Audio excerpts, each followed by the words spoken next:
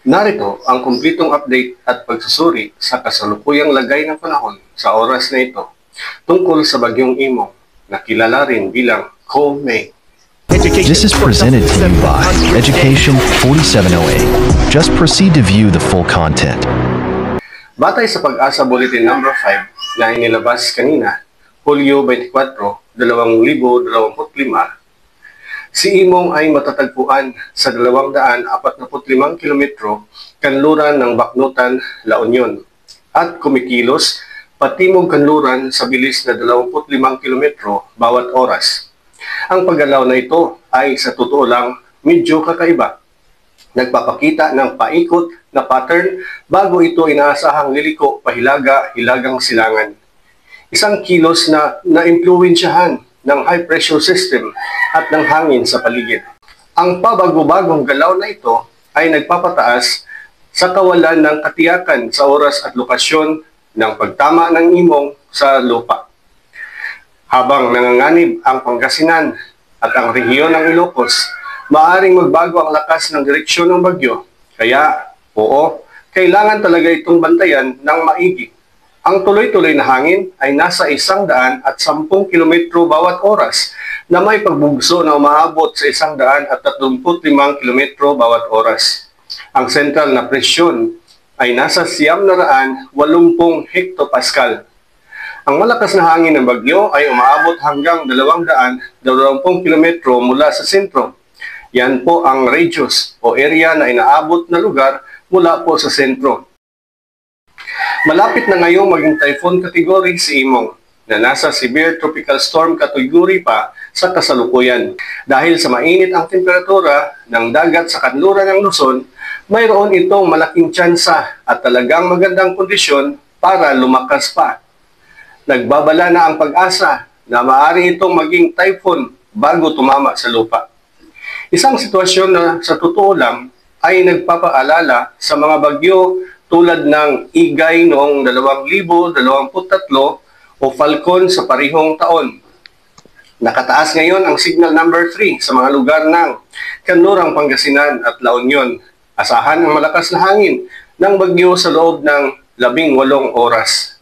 Signal number 2 naman sa mga probinsya ng Ilocos, Central na Pangasinan at sa mga lugar ng Cordillera. Asahan ang malakas na hangin.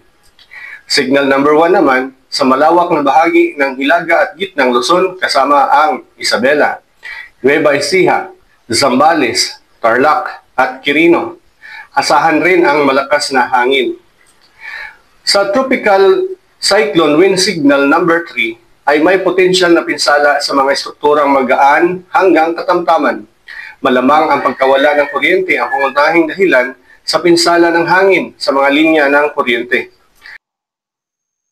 Ang mga bayan sa baybayin ay maaari ding makaranas ng storm surge at pagbaha sa baybayin, lalo na sa mga baybayin ng Pangasinan at Ilocos.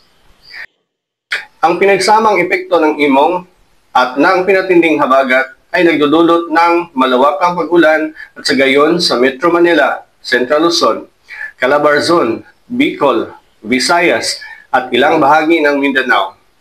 At sa mga susunod na araw, mula bukas hanggang Sabado, ang parihong mga lugar kasama ang Hilagang Luzon ay maaaring asahan ang patuloy na pag-ulan.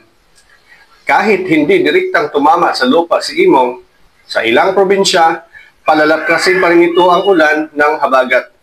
Nagpapataas ito ng panganib ng pagbaha, pagguho ng lupa at pag-apaw ng ilog, lalo na sa mga mabababang lugar at bulubundukin. Inaasahan ang storm surge na humigit kumulang 1 hanggang 2 metro sa Batanes, Cagayan, mga probinsya ng Ilocos, Pangasinan at Zambales para sa kondisyon ng dagat sa kanlurang Luzon. Ang mga alon ay maaaring umabot ng hanggang 14 na metro sa La Union at Ilocosur at hanggang 6 na metro sa Bataan at Occidental Mindoro.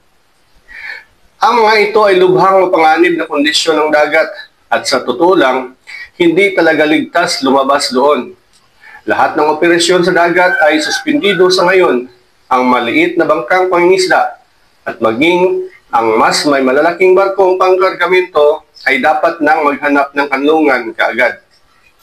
Inaasahan kikilos imong patimog silangan pagkatapos ay liliko pahilaga-hilagang silangan. Posibleng tumama sa lupa sa Ilocos ngayong gabi o maaga sa Biyernes.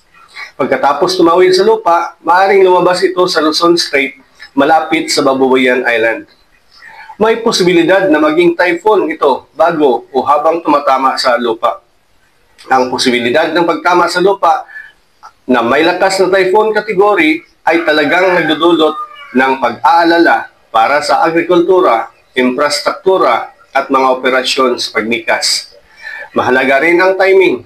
Kung sa gabi mangyari ang pagtama sa lupa, binabawasan nito ang visibility at pinabagal ang pagtugon sa emergency na maaaring magpahirap panglalo sa sitwasyon. Kaya pinapayuhan ang mga naninirahan dito sa maagang paglikas at huwag nang hintayin pa na ito ay lalo pang lumakas. Para sa mga residente sa mga apektadong lugar, talagang mahalaga na ihanda ang mga emergency kit at mahahalagang supply. Pagkisiguro ang mga bubong, mga bagay na maaaring tangayin ng hangin at anumang mahihinang istruktura sa paligid ng inyong bahay. Siguraduhin sundin ang mga abiso ng LGU para sa posibleng paglikas, lalo na kung kayo ay nakatira sa mga lugar na madaling bahain o guhuin na lupa. Iwasan din ang inyong kinakailangang paglakbay sa dagat at pagpunta sa mga bulubuduking lugar sa panahong ito. Para sa mga lokal na opisyal at taga-tugon, dapat ninyong i-activate ang mga DRRM protocol at maingat na bantayan ang mga ilog, dike at mga harang sa baybayin. Magandang ideya na magtayo ng mga pansamantalang silungan ng maaga.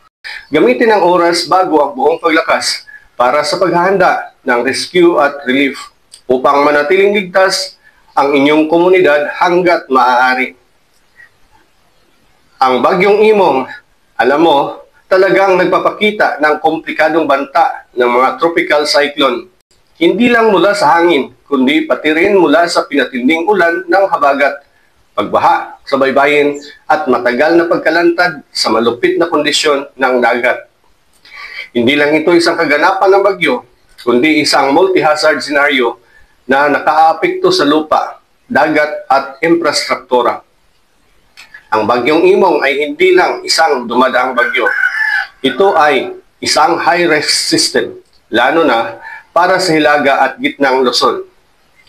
Ang susunod na 24 hanggang 36 na oras ay magiging kritikal habang papalapit ito sa lupa at posibleng umaabot ang lakas sa typhoon category. Manatiling alerto, magtiwala lamang sa mga opisyal na update mula sa Pag-asa, sundin ang mga abiso ng lokal na otoridad at pakiusap, maghanda ng maaga at laging tandaan, sa oras ng kalamidad, mas mabuti ang may alam at may pakialam. Kaya tutok na sa ating mga update sa lagay ng bagyong Imong. Hanggang sa muli at ito ang EDOX DC.